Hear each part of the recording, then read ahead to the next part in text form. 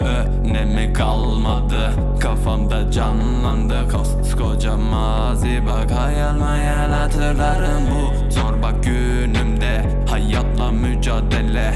Uyandım ve uyardım, çöplükteydim uyandım. Önemi düzenin yok la, arada kafamı topla, kapalı kapıyı izle, dönüş yok bak bu sene. Altın işleme gibi dişleri olabilir, izleri varken bile izledim, kaçmadı hiçbiri, tekledi beni, ileri geri konuşuyor hakkımızda. Ey tersle bro, yapsak aynısını derler kuro. Onlar yapınca oluyor global, cool takılan her şey normal. Para şarap önünde eğil, altın zincir umrumda değil. Kesik kesik önüme çevir, tek tek tek tek lafını çevir. Kafam uzak, bu tuzak, düşünceydin içinde, bak hayalimin peşinde. Kafam uzak, bu tuzak, düşünceydin içinde, bak hayalimin peşinde. Önemi kalmadı, kafamda canlandı koskoca mazi. Bak hayal hayal hatırlarım bu zor bak günümde,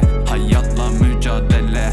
Uyandım ve uyardım, çöplükteydim uyandım. Ego karakter balonu bu, Lego gibi dağıt dur, puzzle gibi dağıldı yazık. Bunu da kenara bir yere yazın. Yaralama beni, bunu karaladı, elimine gidemedi ama beni geremedi yere. Bunu denemedi deme, bir de dediğimi deme, bunu giderek denemedi deme.